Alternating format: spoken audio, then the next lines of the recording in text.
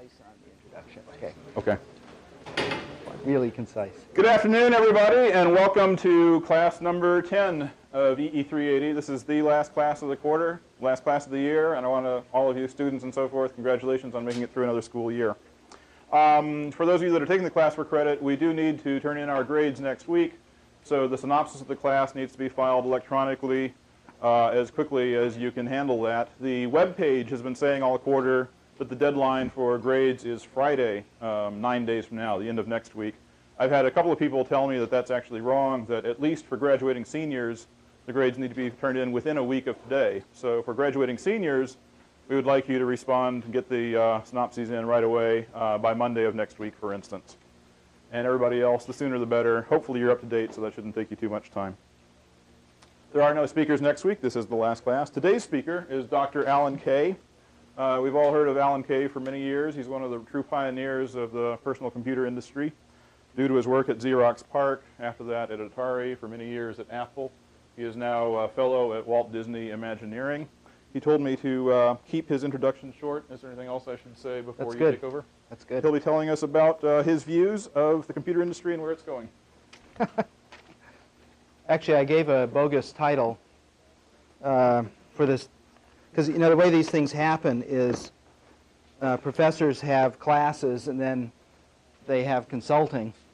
And so what you do, and I did this when I was a professor, is you call up your friends to see if they can come do your class for you. So and you have to do it early or they'll always say no. So long ago I gave a title, but then I was talking to Adele Goldberg a couple of weeks ago and she convinced me to talk about something else.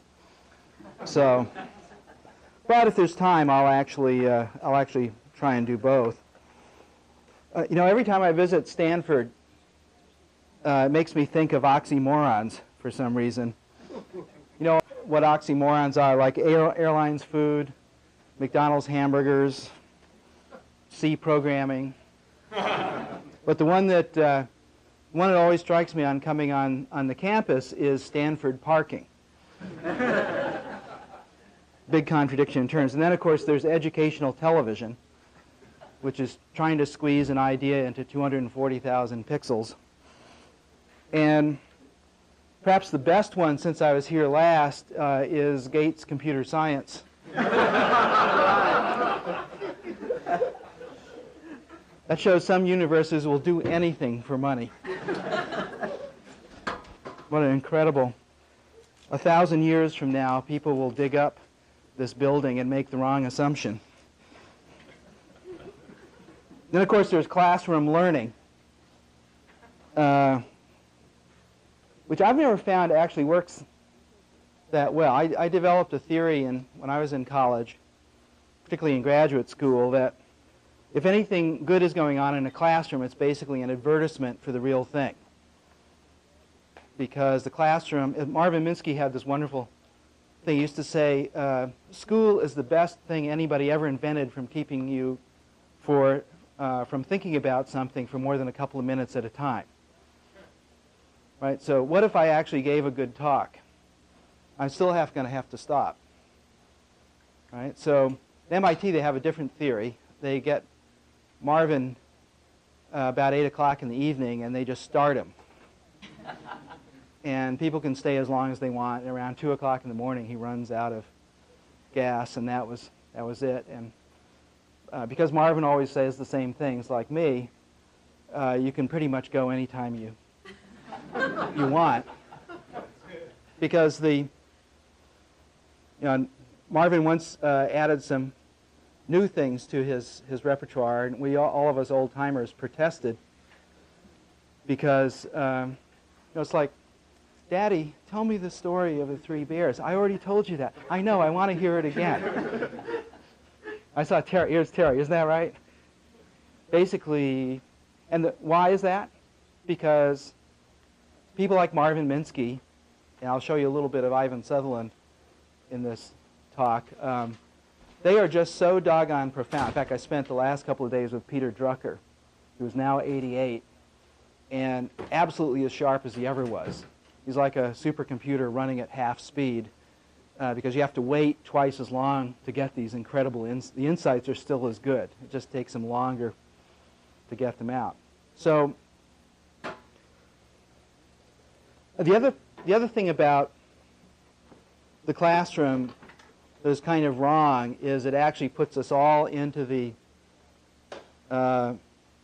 context of oral society. It's the way people used to learn for 100,000 years. And what that forces you into doing, whether you want to or not, is telling stories. And it forces the surrounding we have here into a kind of a theater. So if I'm not amusing enough and entertaining enough, it doesn't really matter what kind of content I have to deliver. And if you think about that, it's really silly.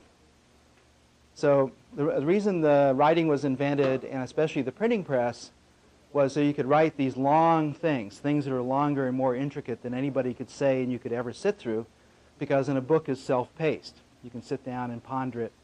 Feynman had this wonderful saying, which was, if he didn't understand a book, he read it anyway, and he'd keep on reading it, and after 5 years or so, he would start getting the gist. Leon Lederman, who's another Nobel Prize winner in physics, said he wrote a book called The God Particle, and he gives good advice to the reader. He says, if you don't understand anything in this book, don't worry about it. The next time you come across it, it will be hauntingly familiar. Right? So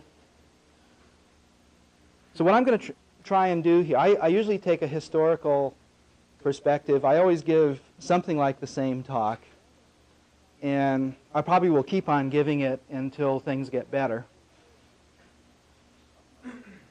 Right? There's no reason giving a talk about something that's going well. We'll talk a little bit about software, and I'll try and make it as contextual as possible.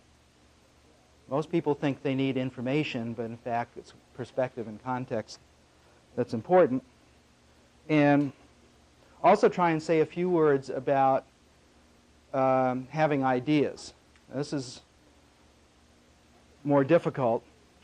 There's a wonderful quote which is, talking about music is like dancing about architecture. And this quote has been used quite a bit in the past, so much so that it has an entire web page to itself. So this web page has all of the people that the person who did the web page could find that this quote was attributed to. People as diverse as Stravinsky and Frank Zappa, for example, and a host, 20 or so other people, and apparently goes back 100 years or more.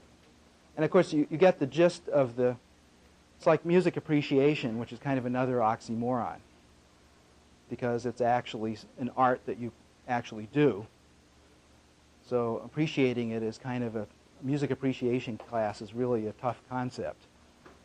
And I think the same thing is true about things that have to do with science and intellectual stimuli. I was very lucky, actually like Terry, like Dave, like Adele, we all went to graduate schools, and where the learning was essentially, the essential thrust of the graduate school was to advance the state of the art.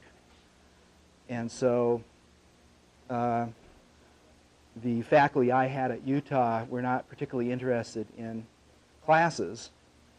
Occasionally they'd have them, but they'd be more like things when there was something to actually discuss. They'd gather a bunch of people around and do it. And the way Utah worked, I don't know the way it worked at MIT, Terry, when you were there, but the way Utah worked, I found out after I got on the faculty, after I got my PhD, was that Dave Evans would accept anybody who had an interesting resume. He did not look at people's transcripts. And so he had quite the most remarkable group of misfits, people who had been thrown out of other contexts. Two of them were named John Warnock and Jim Clark, but he didn't care. However, what the faculty would do periodically is get together and decide which graduate students looked real. And the ones that didn't look real would fail their orals and be given a master's degree. And it was an interesting way of doing it. But the ones that looked real would get a PhD. And in fact, if you worked on a hard problem, you didn't have to finish your thesis work. They just wanted 2 years of first-class stuff. And Terry remembers that because both he and I had famous incomplete theses, but we both worked on pretty hard problems. Okay, so let's talk a little bit about creativity. Lots of different models for creativity, but this one goes back into the 60s. Arthur Koestler was the guy who wrote Darkness at Noon. He actually became a behavioral scientist here at Stanford the last 25 years of his life. He was right here. And he got interested in the phenomenon of creativity, wrote a terrific book called The Act of Creation. One of the problems with this book is that he was such a good writer, is the book seemed facile. And it was hard to really take it seriously when first read. It's one of these books that, like your father, gets smarter as you get older. Those books look really good right now. And he proposed a very simple model, which is, you could think of it as the ant on the whoops, let's go back. The ant on the plane model. So this idea is that your thinking is confined to a context. And this you can think of as in the small. Could be as simple as the context of learning a single idea. Could be as large as a human culture. And basically what you do is you travel, your goal-oriented activities are going from A to B in this set of beliefs that we sometimes like to call reality. And every once in a while we have a blue thought, but we've had parents and we've gone to school, and so there's a mechanism that snaps this blue thought down because it's an outlaw thought. And you can think of it as a kind of a boink. But every once in a while, you're waking up in the morning or you're taking a shower, unguarded moment, one of these blue thoughts leaps through and suddenly you see a connection. It's not a pink thought anymore. And Koestler had this really interesting observation about this. Part of it is you get a feeling of epiphany, which of course is dangerous. This thing seems true by the very virtue of how fitted to this new set of contexts that you come along. And many religions have been created from this feeling of epiphany. Right, so you need science to test these ideas because about 95% of these things are complete BS. But the reason it's worthwhile considering this model is that the 5% of the ideas that aren't BS have been very big ideas. And so somehow letting these blue thoughts come through and then being tough on them is a good heuristic for dealing with them. And Koestler's observation was if you're telling a joke, the reaction is ha-ha. If you're doing science, the reaction is aha. And if you're doing art, the reaction is ah. And what is a joke but leading a person along one context and then suddenly revealing it's about something else? All right, so and it's usually, jokes are usually aggressive, so you have this laughter reaction. Science, often you laugh because the answer was there all the time, but you just couldn't see it. It's like if you know about frogs, you can take frogs' food, which are flies, paralyze them with a little chloroform and put them in front of the frog. So they're still alive and look exactly like flies, and the frog will never eat them. It will starve to death in the presence of its main food. But if you flick little pieces of cardboard at the frog, it will eat them every time until it becomes literally stuffed with cardboard. And the frog's nervous system can't deal with the idea of food that isn't moving, and it has no other discriminations that are there. So it just sorts the world differently than we do, and because of that, something that isn't moving is literally invisible to it. It just doesn't exist. So, and of course, science has this nice thing where it has some artistic. Often these insights are aesthetic. And one of the tricks I think about being a scientist is to make a lot of the aesthetic reaction to the idea a reaction to the scaffolding that you've erected around the idea.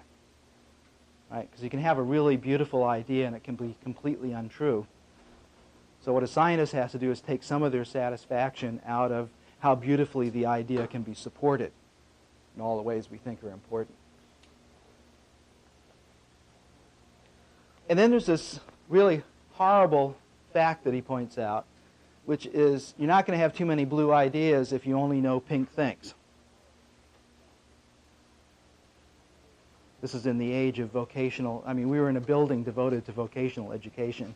I can tell because there are all of these companies' names on everything. I think what they want you to do is to learn something that they value and then go out and work for them.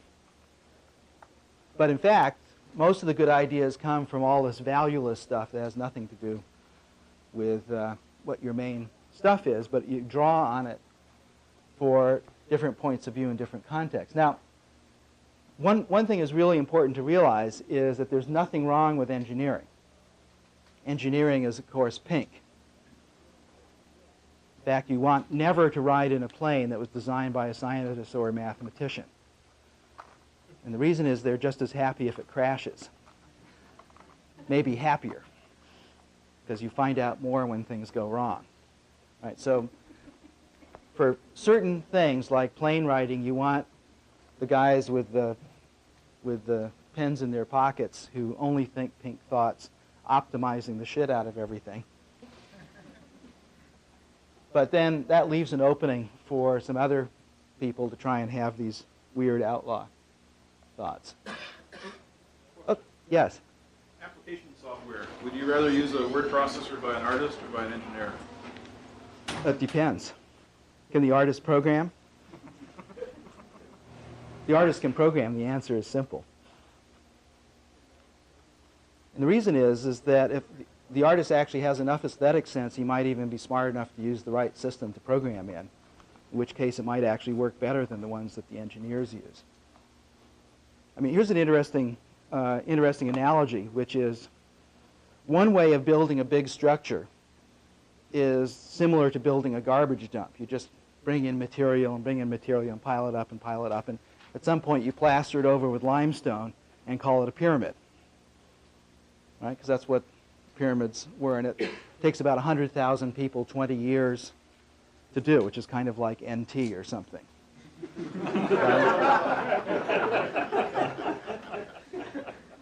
But an interesting example from our century is that the Empire State Building took less than a year to build. And in fact, the structural part of it went up at the rate of a floor a day. But it only took a third of a year to get up to the height that it is now, and it took 2/3 of a year to put all the stuff in it. That was about 1,000 people with tools and a concept of architecture. And I would claim that there's some poetry in there that the straight-ahead people, because optimizing a pyramid doesn't, like the Egyptians could build the Empire State Building, but it wouldn't have any room in it. It would be just a solid structure. That's sort of like a lot of software today, isn't it? It's big, but it doesn't have any degrees of freedom. Well, of course, back in the old days, back in the early 60s, when I learned how to program, it was much easier because computers, though physically large, were tiny, tiny little devices, and the programs you wrote on them were very much like Clockwork. They were very straightforward.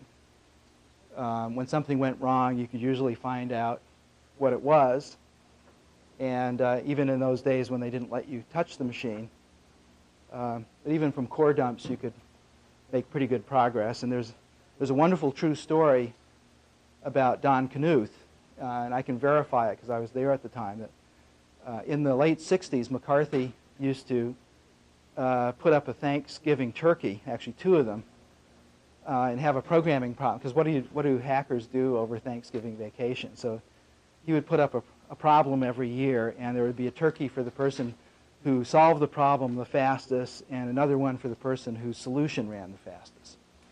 And Knuth only entered this 1 year. And it must have been 69, because that was the first year I came out here. And he was using Wilbur. Wilbur is a remote batch system that they had for eons here at Stanford. So it was basically fake cards, but it was essentially a batch system, and you had to get core dumps and no interactive debugging, nothing.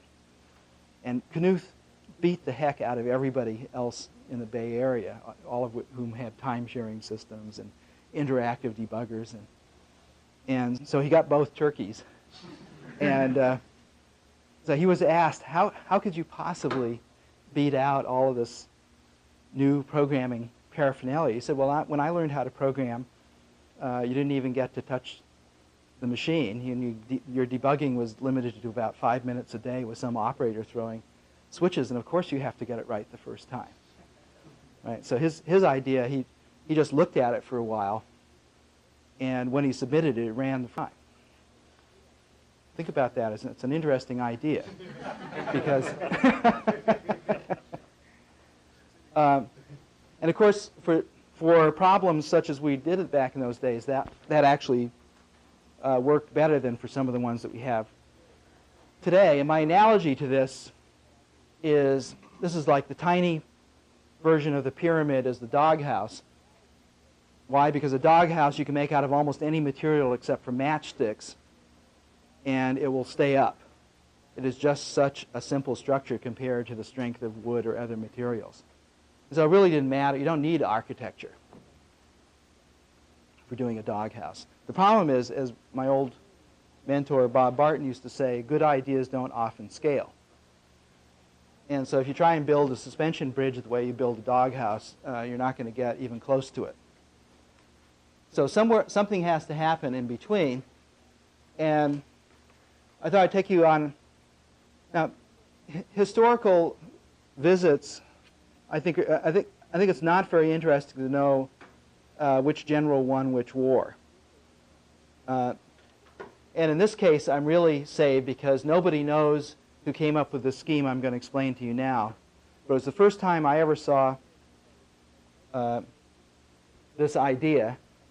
And people have often complimented me on the part I played in inventing object-oriented design. But actually, as you'll see from this talk, I was about as stupid as any person could be because I had to see it 4 times before it finally occurred to me that this was not just a good idea, but it was a great idea. So people were thinking these thoughts. So here's the problem in the Air Force in 1961. There were no real operating systems on the machines back then, especially not on the Burroughs 220.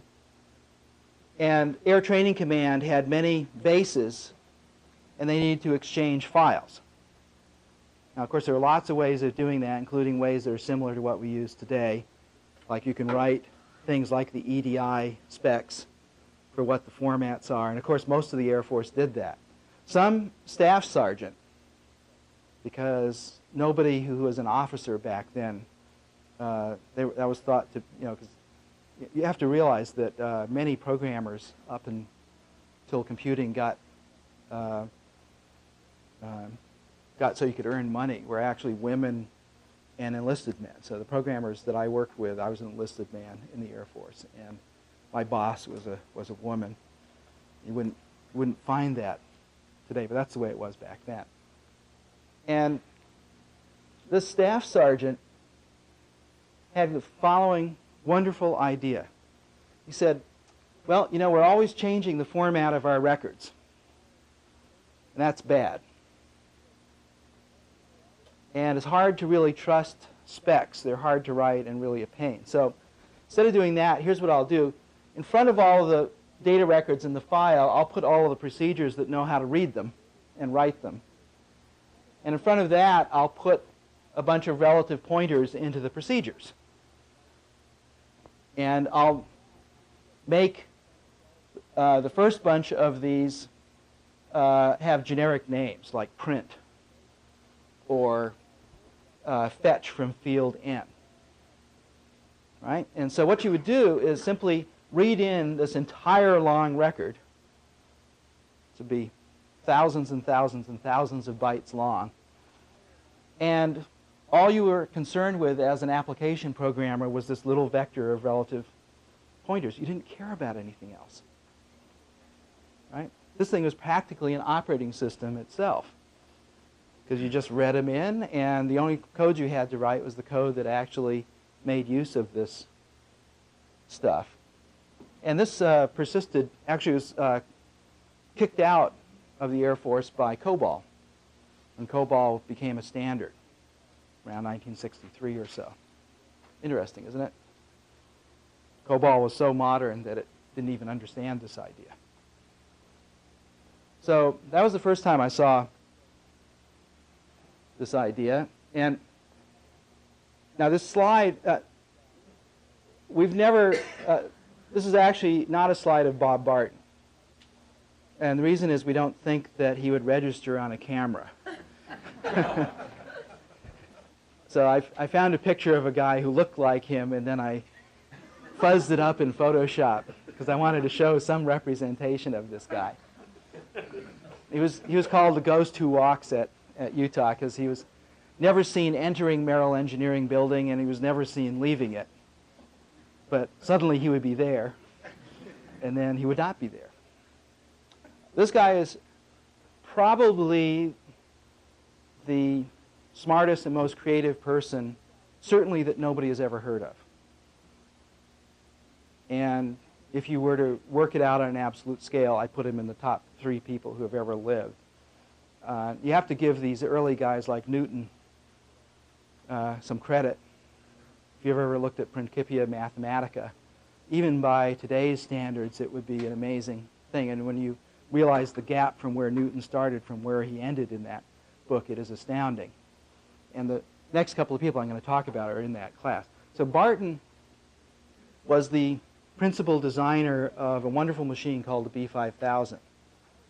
That was the 3rd computer I learned when I was in the Air Force.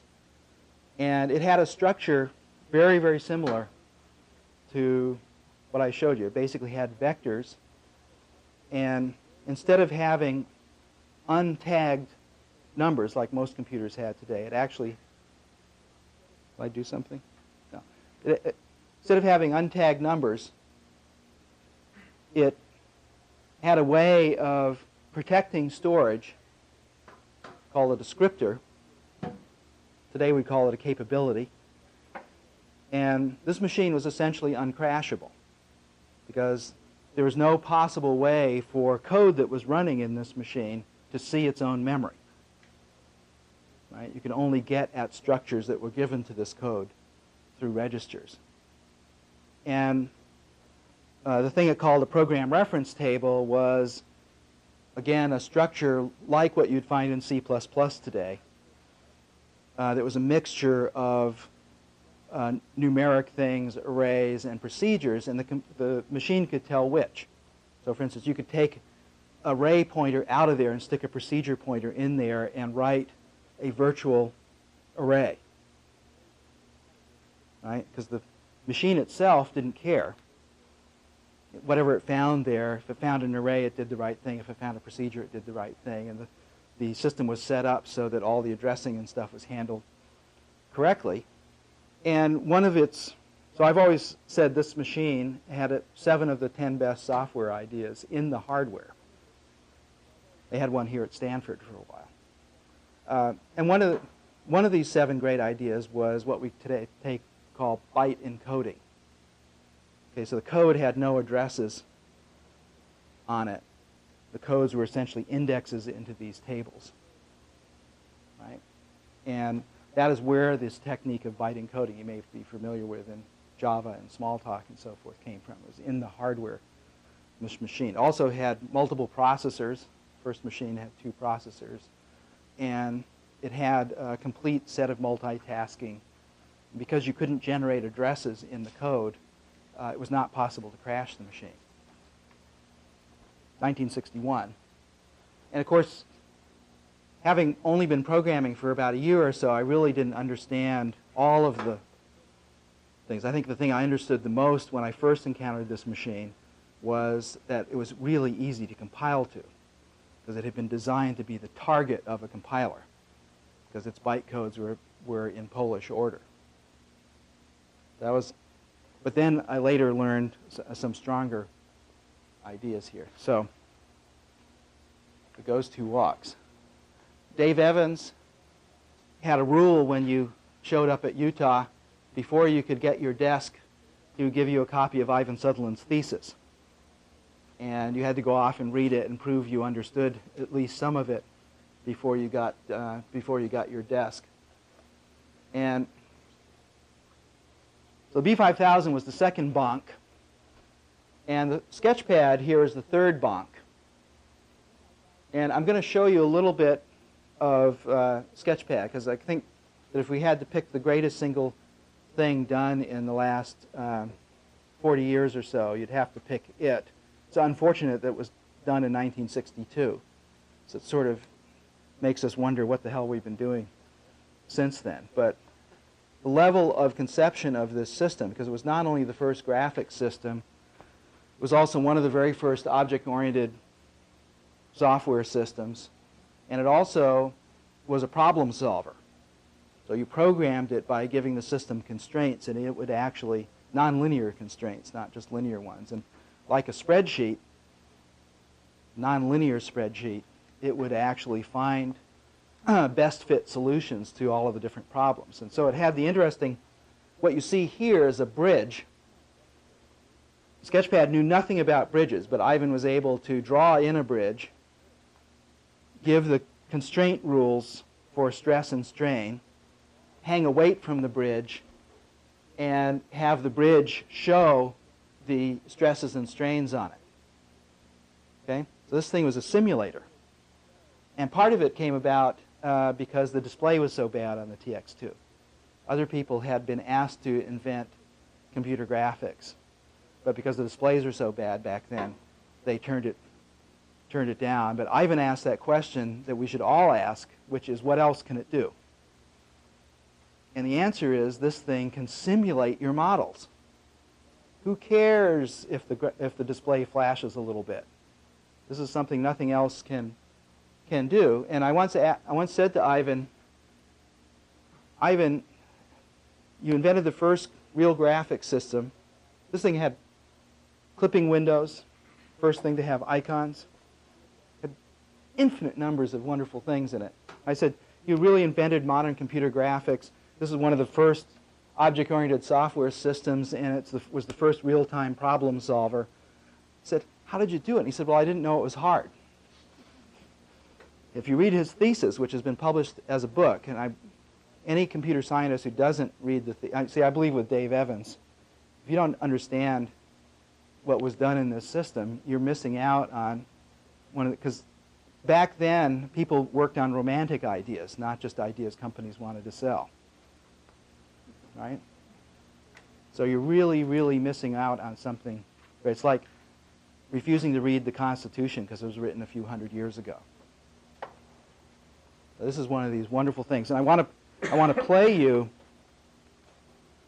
I have a version of this that I usually use for giving a talk, but Ivan's son over the years has run this very nice seminar for the history in the Bay Area, and they got Ivan, probably by holding a gun to his head, because he doesn't like to talk about the past. They got him to give a talk on it. So I actually have him narrating this film that was taken back in the summer of 1962. So let's roll that first videotape.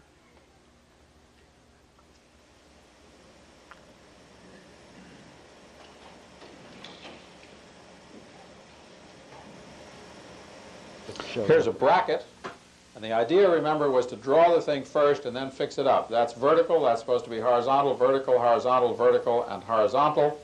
Satisfying those constraints makes a much prettier looking bracket. And now a dotted line to represent a hole in the bracket. See the Draw clipping. a guideline first. Here's a guideline. And a second guideline for the other side of the hole. Those two lines should be vertical.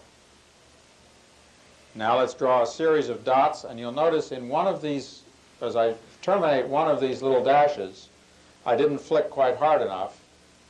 I think it's the middle one on the other side, and you'll see the line stuck, and I have to terminate it again. Here it comes. There it is. That flick of the hand was the termination signal. I erase the two guidelines, and there's a nice representation of a hole through the bracket. And I thought it might be interesting to put something in the hole. So this is now a picture, and a little later on we'll see an instance of that picture. But for the moment, let's make another picture, which is intended to be a rivet. Here's what's going to be a rectangle with two diagonals. Use the intersection of the two diagonals as the center of a circle arc. And the circle arc is supposed to begin and end on that line, which should be horizontal, and vertical. Satisfying all those conditions makes a reasonable looking rivet. Now, that's not the only solution to the set of constraints that I applied. So if I start with different initial conditions, we'll see a different shaped rivet. Where the pieces disappeared was the edge of the screen. That was the clipping. So here's a different situation that satisfies the same conditions that I applied. So I like the other one better. Let's go back to the longer, skinnier rivet. And now I'm going to make a picture which contains instances of the bracket and of the rivet. And again, the flickering that you see is, I don't know whether that may be interaction with the movie film.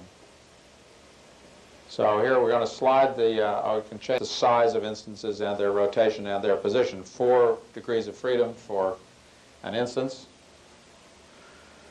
So just fitting that in by hand, there's no constraints being used to make the rivet fit exactly in the hole, just being fit in by hand. Here's another rivet. We can have rivets in any size that you want, any proliferation that you want.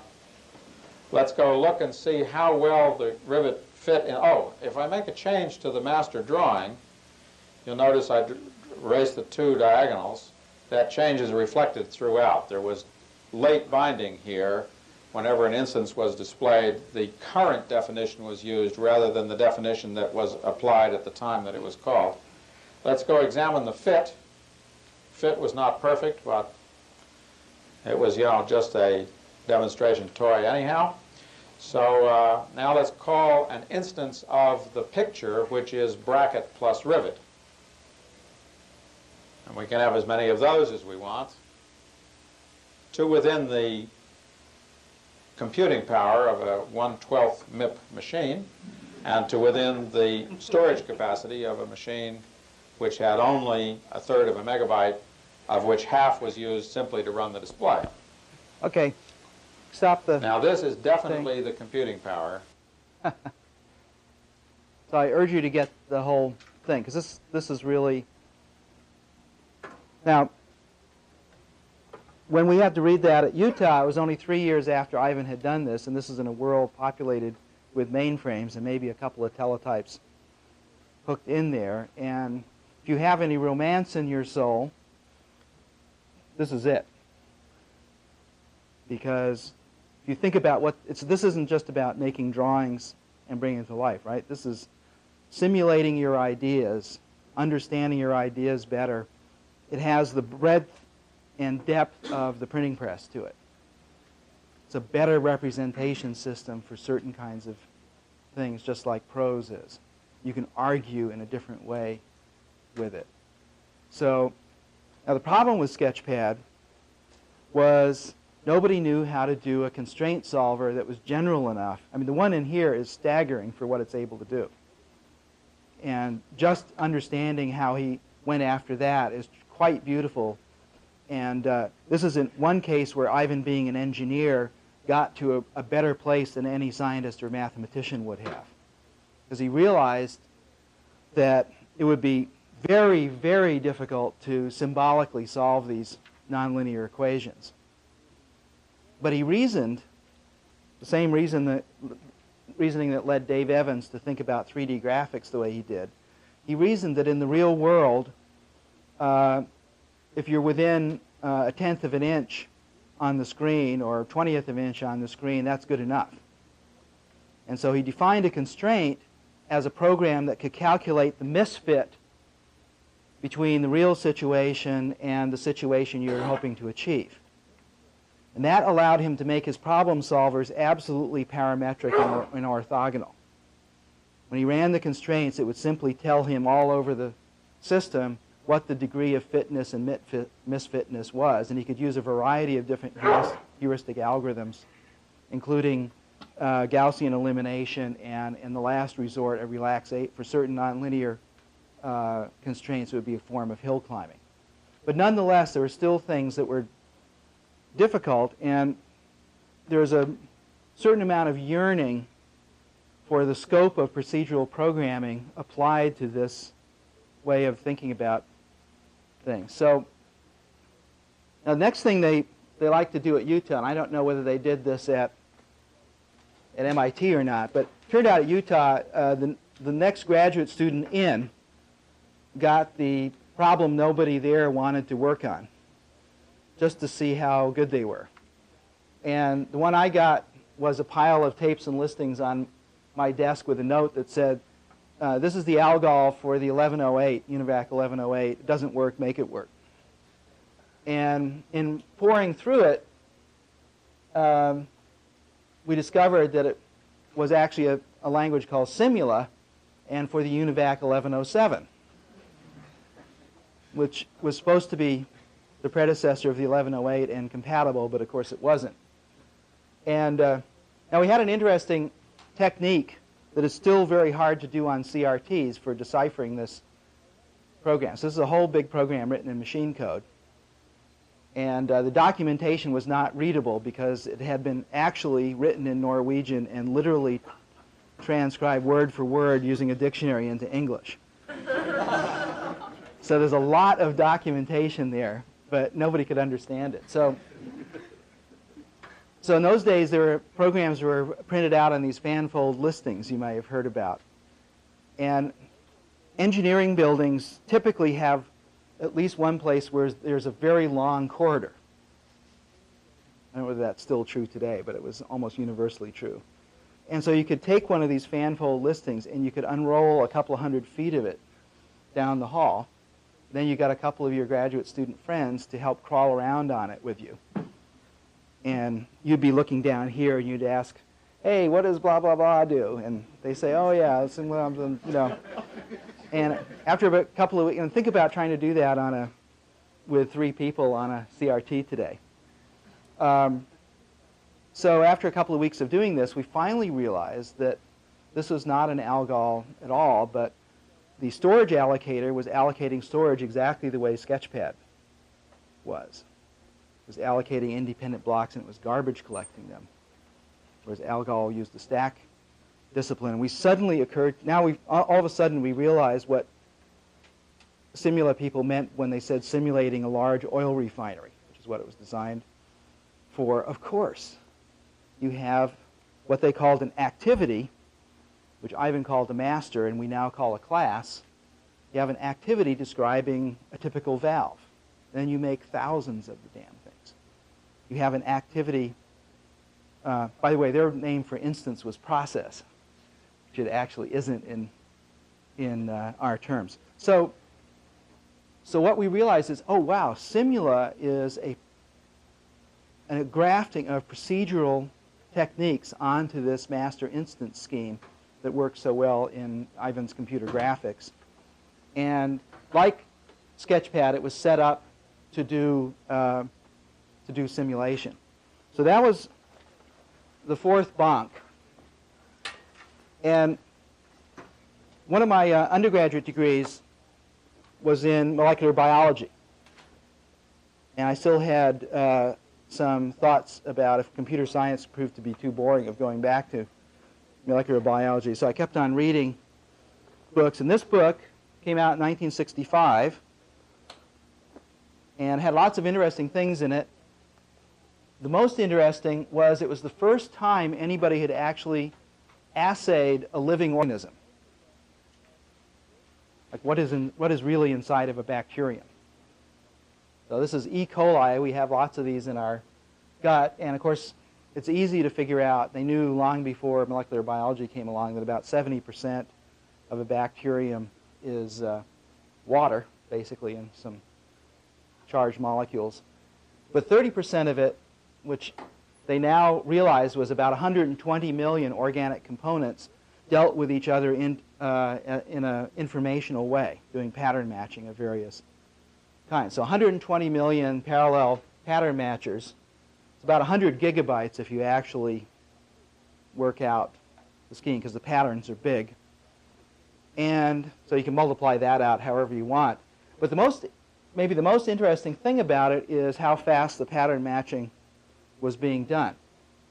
So one way of thinking of it is these protein molecules that look like popcorn are about 5,000 atoms, and if an atom is the size of a tennis ball, then 5,000 of them is about the size of a Volkswagen.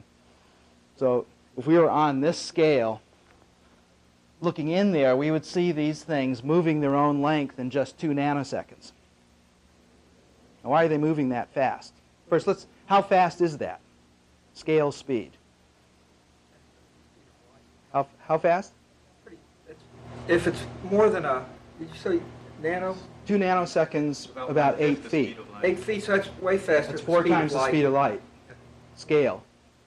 All right, of course, it's not moving faster than the speed of light. So one of the problems is if you could actually look inside of a bacterium that's alive, you would not see anything. Just complete blur. Remember, they're making new copies of themselves every 18 minutes. How fast is that? Well, we have 100 trillion cells in our body, and bacteria are 1/500th the size of them. Right? Every 18 minutes is a little over 3 per hour. So it's better than a factor of 8 every hour. So if it's a factor of 10 every hour, which is close enough, you multiply that out. 10 to the 13th is only 13 hours. So you can get 100 trillion of them in 13 hours, and they're 1/500th the size, so give me 3 more hours. In 16 hours, you can get a biological mass the weight of us. Aren't you glad you have antibodies?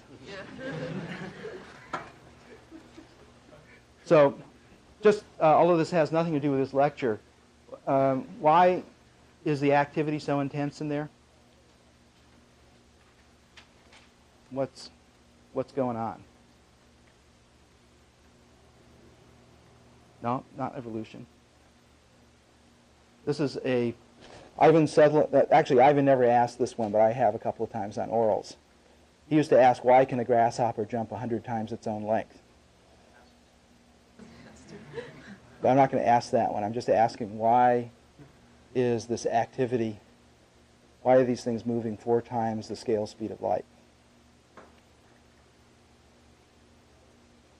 Yeah, see, it's interesting. A lot of high school chemistry teachers can't tell either. A lot of people get turned off from chemistry when you start thinking about chemistry a little bit. It's hard to quite believe that the molecules can find each other. Right? Basically doing an exhaustive search for all of their elements in the bacteria. Well, but why is it doing it so fast? Yeah. Thermal agitation is unbelievable down there. In fact, grasshopper can jump 100 times its own length because of the square cube law. You happen to know how far a bacterium will travel in water if it stops beating its flagellae? How far do you think? Half the width of a hydrogen atom. The deceleration on it is over 1 million Gs.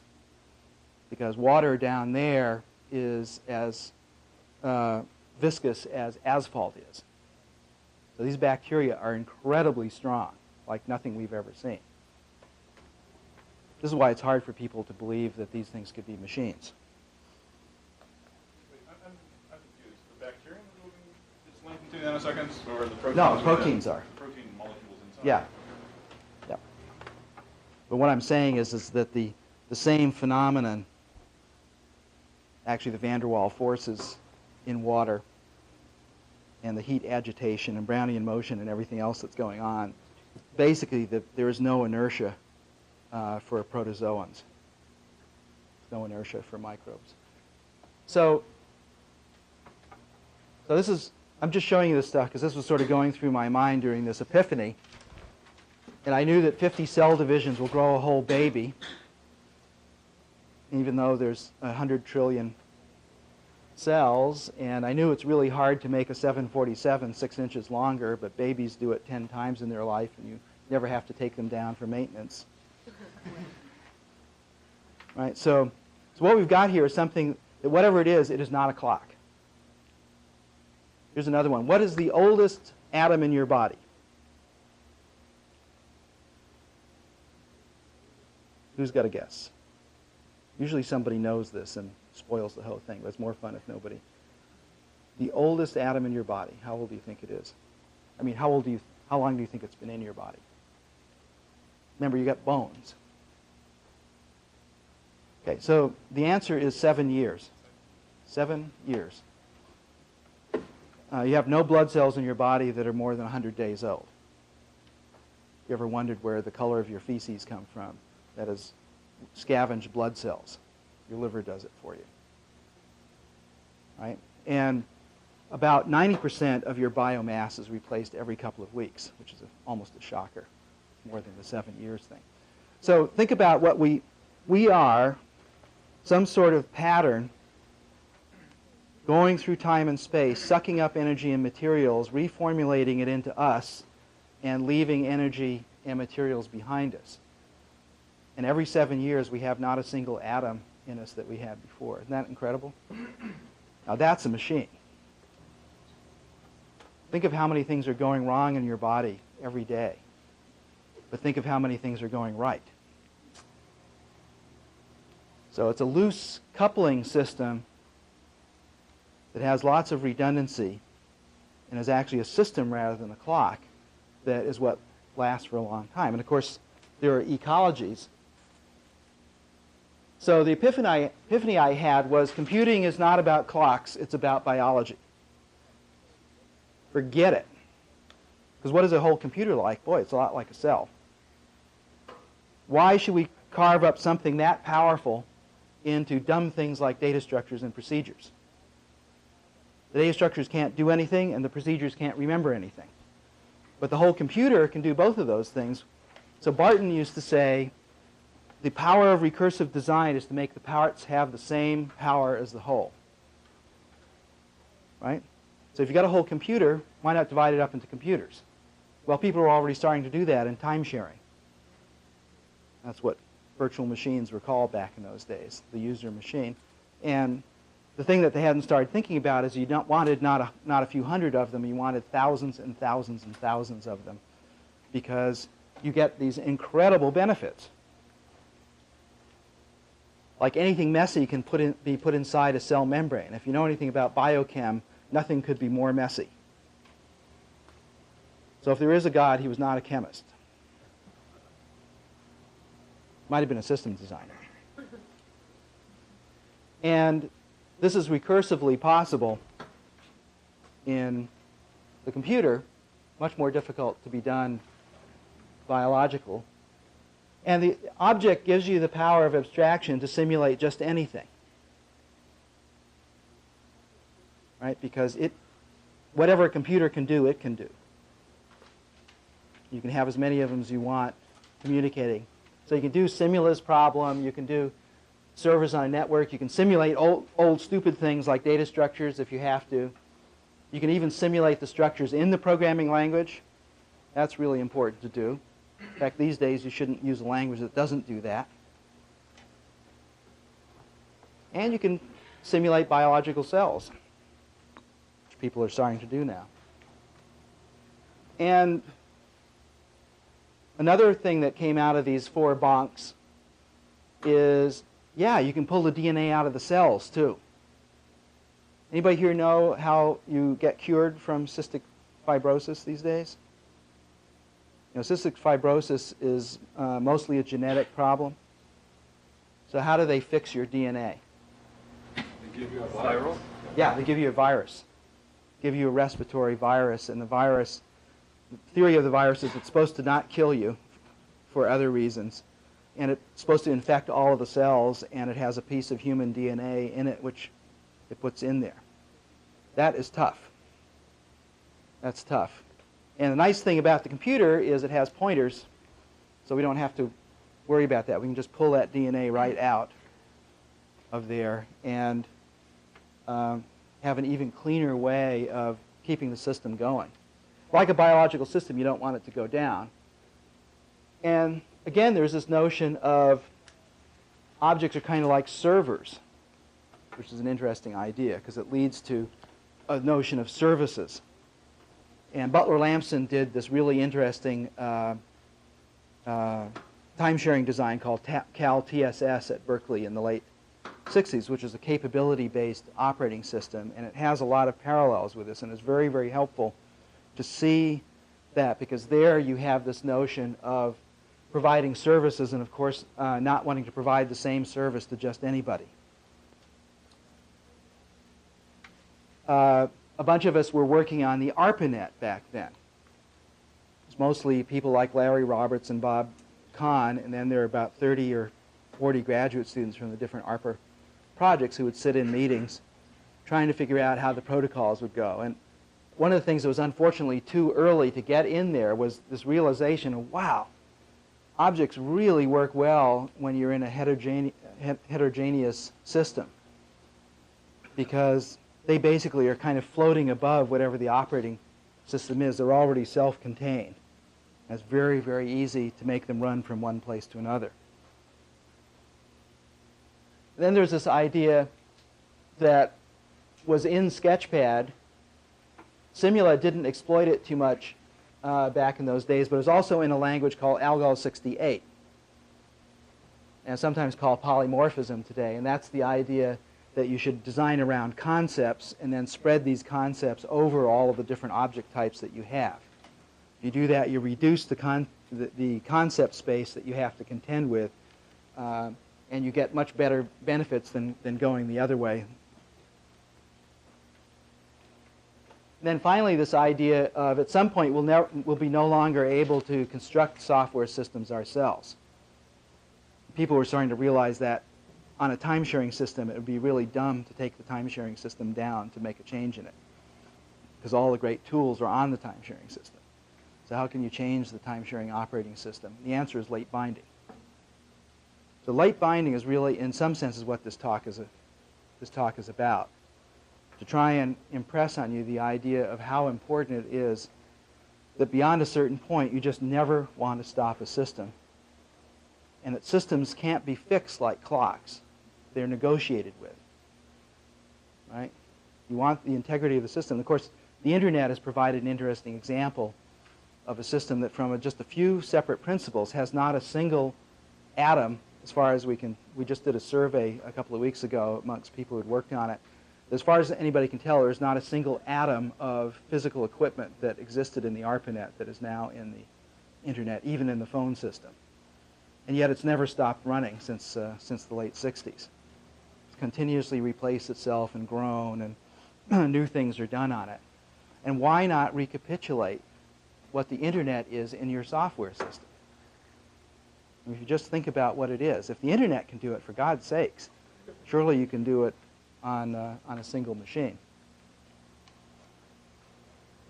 So these ideas got coupled to personal computing. I'm not going to tell you that story today. I just wanted to give you a sense that one of the destinies of OOP, as we saw it, was to be a way of helping people think about ideas. And this is really catalyzed by Sketchpad as not just being an application program, but actually a new way of thinking about things.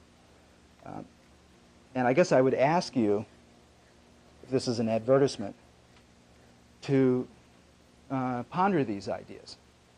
They've been around for a long, long time. And people have asked me, if these ideas are so good, why don't more people use them? And there are lots of different answers to that. But the analogy that came to me was that Maxwell's equations have been around for 130 or more years.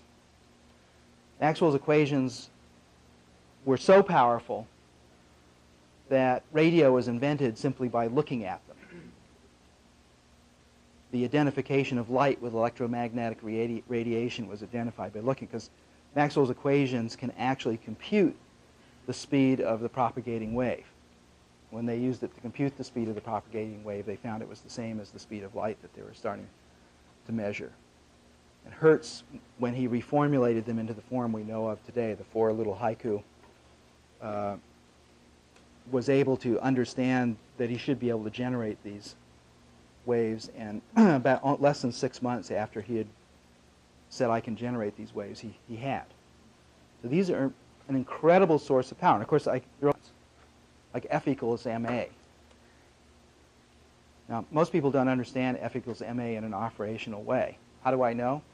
Because I have to drive every day.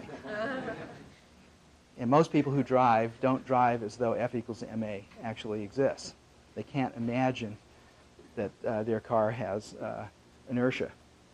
Well, so Maxwell's equations have been really, really powerful, like the other things in science. And yet, here's the thing. Less than 1% of Americans actually understand Maxwell's equations. Less than 5% can even tell you what they are. Less than 1% can understand them. And in less developed countries, much less percentage of that after 130 years. Or another way of looking at it, the level of literacy in Europe in the year 1400 was 1 in 100. 1% in Europe could read high content. The last time it was measured in the United States was about 7 years ago. And this is not being able to read a street sign or the back of a pill bottle, which is what the government usually does. This is being able to read something like Tom Paine's Common Sense, a 40-page essay that has a complicated argument but written in clear style. And that survey came back that less than 20% of Americans could read that. So there's been tremendous progress in 600 years, a factor of 20. Right? Or you could look at it the other way and say, holy smokes, only a factor of 20 in 600 years? That's what schools were invented to do, is to teach people how to read this high content stuff. So I think one observation, not trying to be too unkind to programmers today, but there's a very interesting similarity, and this was pointed out years ago. Somebody said the programs that are written today, might have been Les Bilotti, programs that are written today resemble in structure the organization that created them.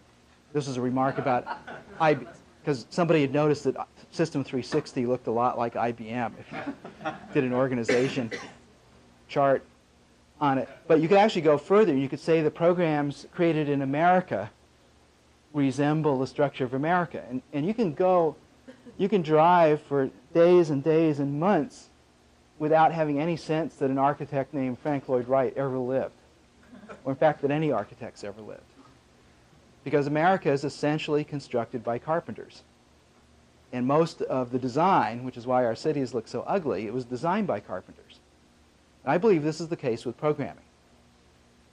Remember, in the Middle Ages, anybody could be a scientist. You just had to get your sorcerer's hat.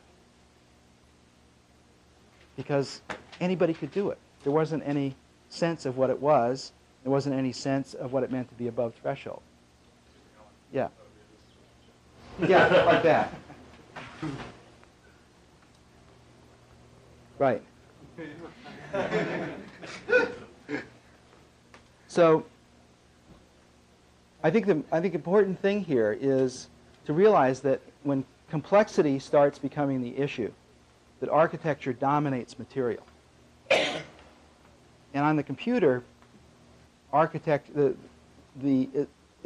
is so easy to get complex on the computer that architecture becomes an issue very early on. And since nobody really understands architecture, you're going to need to learn about a system as you build it. And the only way to do that is to have a late binding system. And I wouldn't even be giving this talk if there was any evidence that most people in the computer sciences understood late binding or believed in it. So I'll just leave you with that as an idea. Think late. Thank you.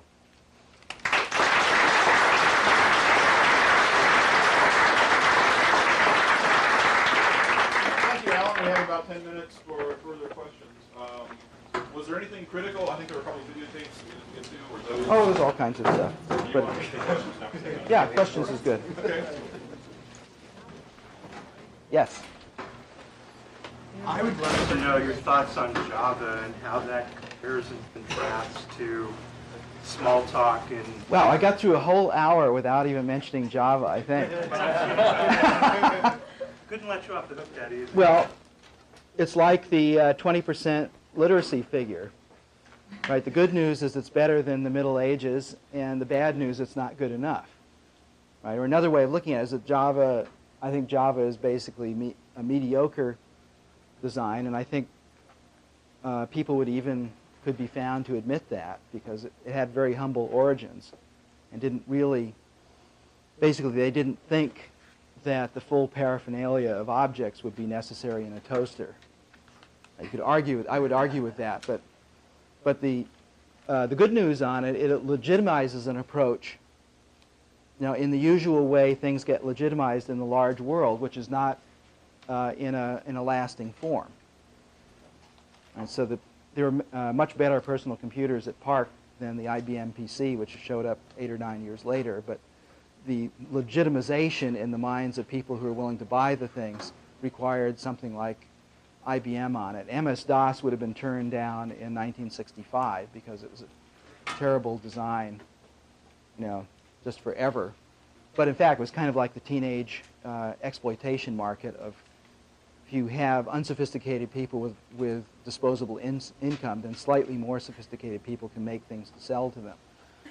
And that's basically well, think about it. That's basically what it is. So it's like taking Shakespeare down to the level of Married with Children, which is kind of what television does. So given Java, are we going to be able to do Dynabook soon?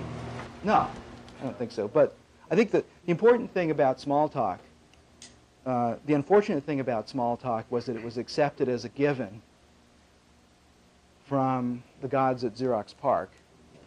And just a few years ago, Adele invited me to give a talk over at Park Place. And the thing I pointed out to them that the actual thing that was good about Smalltalk was something it shared with Lisp. And that is that the library is not the thing. The library just happens to be, the proper way of programming in a system like Smalltalk is to actually do scratch programming until you know what you want. So the power of that kind of late-bound language is in being able to get a really interesting thing going really quickly. But what you don't want to do is to spend all your time looking for great algorithms that somebody else might have put in the library. However, after you get the thing running and you know what it is that you want, then you can start poking around in there and see if there's some things done by more careful programmers. And this is, I think, is the thing that, if you look at it from that standpoint, then and Lisp, I think you could say, to me, Lisp and Simula were the two great programming ideas of the 60s. And if you look at Lisp, it's been able to constantly reinvent itself just for the reason that its basis is nothing anybody in their right mind would program in. Its basis is there to make the things that you need to program in each decade. And Smalltalk has that flavor, I would say, even more strongly, because we loved Lisp. We took what Lisp was good about Lisp, which was its late binding and its ability to see itself. And I had a slide in there that I didn't show you, which showed the Bobrow and Cazalis book called The Art of Meta-Object Protocol, which is probably the best book written in the last 10 or more years. Unfortunately, it's almost incomprehensible because it was written for a very small community and uses a lot of things only that community understands. But it was the next stage after what we did and what Dave Unger did with Self of really trying to think about what it would be to have a programming language that had in itself a complete model of itself. And if you're interested in that kind of thing, I can point you to the internet, to a language that I and Dan Ingalls and Ted Kaler and Scott Wallace and John Maloney did right before we left Apple, which is Squeak. And Squeak is kind of a grandson of Smalltalk, which has as one of its virtues as a complete simulation to the bit of its virtual machine, a running simulation. So if you want to change the virtual machine, you actually change the simulation, debug it in this protected and late-bound environment, and then push a button and it will translate. There's a translator that will translate the simulation into a much faster form. So you can bootstrap it onto a new platform in a week or two, and it is its own operating system. And we did it partly to have control over our own destiny again, but we also did it for students who should be able to look at one of these systems and be able to explore every aspect of it, including how it does the most deep and fundamental processes. So that's there, and it's free on the internet. And it's also been bootstrapped to all of the standard platforms, not by us, just by people who found it on the internet. Less than 10 days after we put it on the internet, we got a port to Sun and SGI workstations from a guy in France. A month later, a guy in Germany sent us the Windows and Windows NT ones.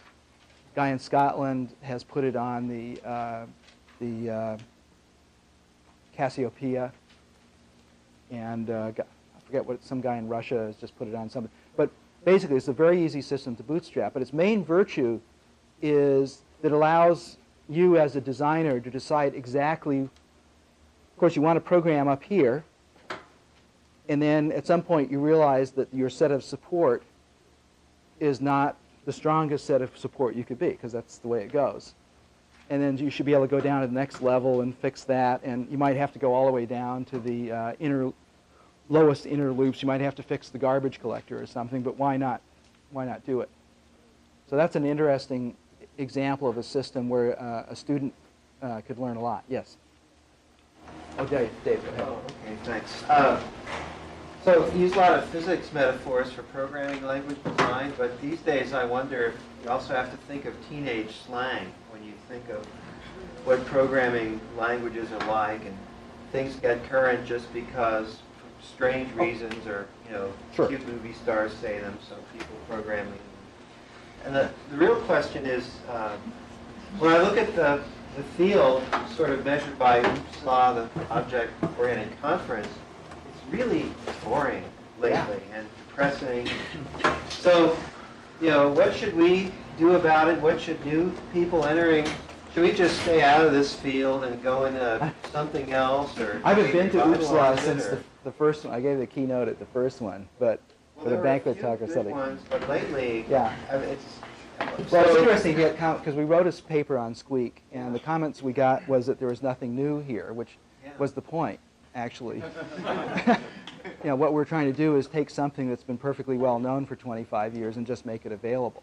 So And so there's a tinge of the academy there that there's nothing you could write a mathematical theorem about. So what's going on? I mean, it doesn't seem like the conference is just reflecting the culture, Yeah. right? It's not, what's happened and what can we do? Well, I think it's, people live in environments, and the academic environment wants papers, and usually a paper should have math in them, and that is an oxymoron if you ever, because the computer stuff already is math, and trying to apply classical math to it, I think, is one of the stupidest ideas anybody ever had, but it's done constantly, basically with very little result.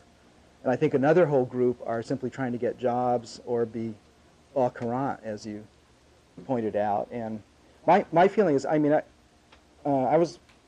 still an idealist, but now I believe that the whole point of, one of the big points of the internet is it's a way of being ecumenical.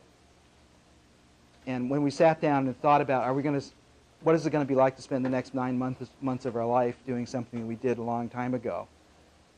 And at some point we realized, well, yeah, why not? This will give us more leverage than we had before, and it will be of some use to other people, and it'll be fun to do, and it will probably be pretty, which it turned out to be, and that.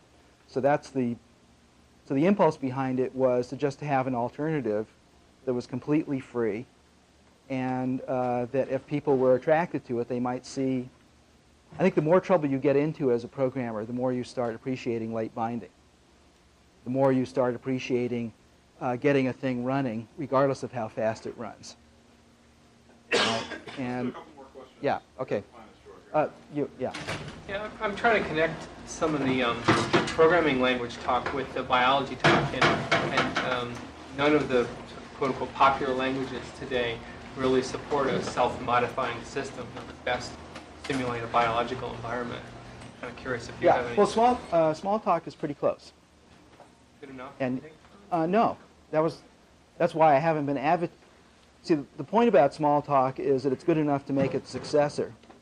And that is precisely, we made a successor of Smalltalk very incrementally, but we made 4 huge changes in 8 to 10 years. 4 complete language. So every 2 years we completely threw out the old and rolled a new one. Nobody has done that since we put it out. That was the biggest disappointment we had. As I said, this thing was taken as though it came from the gods of Olympus, and nobody was going to go out and actually roll their own. You know, with a few exceptions. Dave is an exception. He decided to roll his own based on that stuff, and we've learned a lot from that. But for God's sakes, hardly anybody else has done it, and it is really hard. We discovered at Xerox PARC because we couldn't tell the MIT people what we really had learned about making the Alto personal computer. There was a lot of unnecessary stuff happening when the Lisp machines were made. I mean, Lisp machines could have actually given us a huge boost at PARC if they'd known what we learned, right? Because that's the way it goes. You do something, you hope somebody out there in the spirit of friendly competition is going to do something better. There's no fun if they just do as good. You want them to do better. Because then you can come back and say, oh yeah, now I have an idea, finally. Because it has really had hard, you know, there's this biological thing that says no organism can live in its own waste products.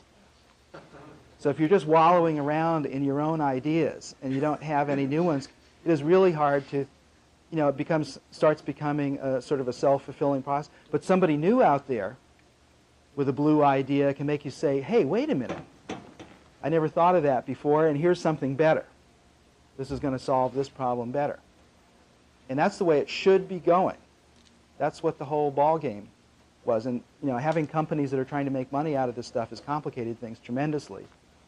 And having academic institutions that are many, many years behind and trying to do academic standards and process them through, like the ACM standards, for instance, suggested for universities is a complete joke, but there's a lot of degrees being granted based on those things. And almost like the Lisp, the one thing anybody should be able to write down in less than 5 minutes is the Lisp interpreter written in itself.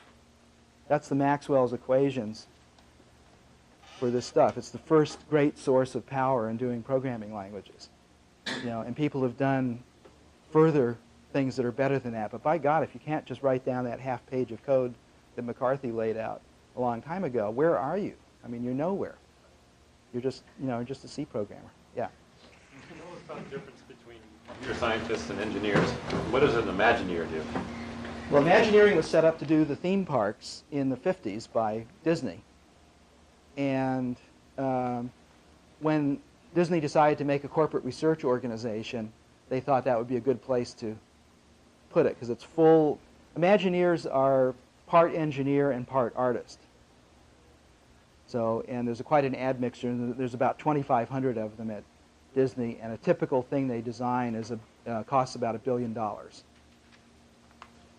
are you going to be building billion-dollar objects, or are you going to be smaller ones? Or?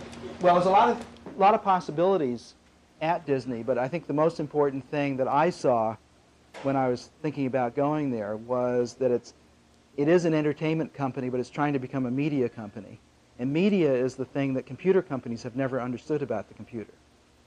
That they're always worrying about the equivalent of the typefaces and stuff, and what kind of printing press you have. But the most important thing is ideas and the authors and the forms to put those things in. That's what we should be designing. And 2 years ago or so, I said to myself, I never want to work for another computer company as long as I live, because they just don't get it. We need to wind up, but let me Okay. ask one last question. And I presume I know you don't like to be cut off, and you like. No, I presume you can stay around to answer questions individually after we lose the video feed. Sure. If you wish to do that. Sure. You were at Apple for what, 10 years? 12. Any comments on how they got where they are and where they're going, and what you would like to see them do differently? Yeah, well, let's see. Well, it's sort of an example. When I went through in '84, the Mac has just been out for a couple of months. And the thing I told Jobs and Scully was that you are now a software company, not a hardware company, because your differentiation is all those service routines in the ROM that are doing this user interface and supporting applications in a different way. And software companies have to run on every platform. And therefore, you must put the Mac on the PC. And so that was actually a raging battle for a couple of years, which terminated pretty much for good in '86 when a bunch of powerful people decided that that would hurt their business. Right, because they were making $500 a Mac in those days, 55% gross margins. So anything that seemed like it would reduce margins, in spite of the fact that we tried to explain Moore's Law to them 1,000 times, they just couldn't deal with the future like it was the present. That's in a nutshell. What do you think they should be doing now? Well, one way of looking at a company that's still $8 or $9 billion is they have a lot more cash than most VC organizations. Right? So it's only hopeless if you think you have to get better at what you're failing at. Right? That's staying. In other words, Apple's biggest problem is staying pink. Once they had started making money on this, and this is particularly the board, which I think if anybody writes a book that actually illuminates what happened at Apple, they'll eventually track it to the board, and they'll find that the board was unwilling to invest, and they thought they were helping the stockholders, because that's the job of the board. And so it's one of those, but after having been at Xerox, the Apple thing was a little easier to understand, because it is not, at Xerox we thought it was just the Xerox executives couldn't understand anything. But in fact, after I've been in enough companies now, so I realized that it's actually kind of a universal theorem, that if people are in a pink context and they aren't explorers, then any blue idea will be treated as a dread disease. That's what happens. And I think the right way to do it, I mean, education should help on that, but that's a long way to do it. I think the right way to do it is to do the very best things you can and try not to get into a position where somebody will say no. Just do it. Do it and the internet is the greatest subversive thing that has appeared in the last time. You just do it and get it out there, and eventually more and more people, and I think it should be done for free. So I believe content, like if you do a game, I think you should get money for it. But if you do a system, you owe it to the world to get it out there in its entirety for free. Because what we need is better systems. Apologize for that 60s remark, but it's really, if you think about it, it's really true, because systems are really hard to understand, and why prevent people from understanding them better? Every little incremental thing we can do, we should get out there in the hopes that we can start getting ahead of systemitis that we have right now. I think it's a real enormous problem, and the people who are good at it are not very good at it. Right? I mean, I think I and my group think we're pretty good at it, but we also realize we're terrible at it. It's just hard. It is really hard designing things that are more complex than a certain threshold. Once you get into that range, you really have to get in there and feed your way, and you want the system to stay up even if it was badly designed. And there's all these things you need, because if you're just running around keeping the plates going on the sticks, you'll never learn anything. So you have to have something that is going to keep the plates going on the sticks, so you can just stand back while they're going and think, yeah, those sticks suck. But if you're running around, or I need better plates, or I need a motor on the stick, or something. But if all you're doing is running around, you're just a slave of the system rather than the other way. So maybe that's a good way of quitting. I think we need to wind down, so we lost our AVP. Okay. And the team leave. If you want to take further questions afterwards, that's fine. But just for people that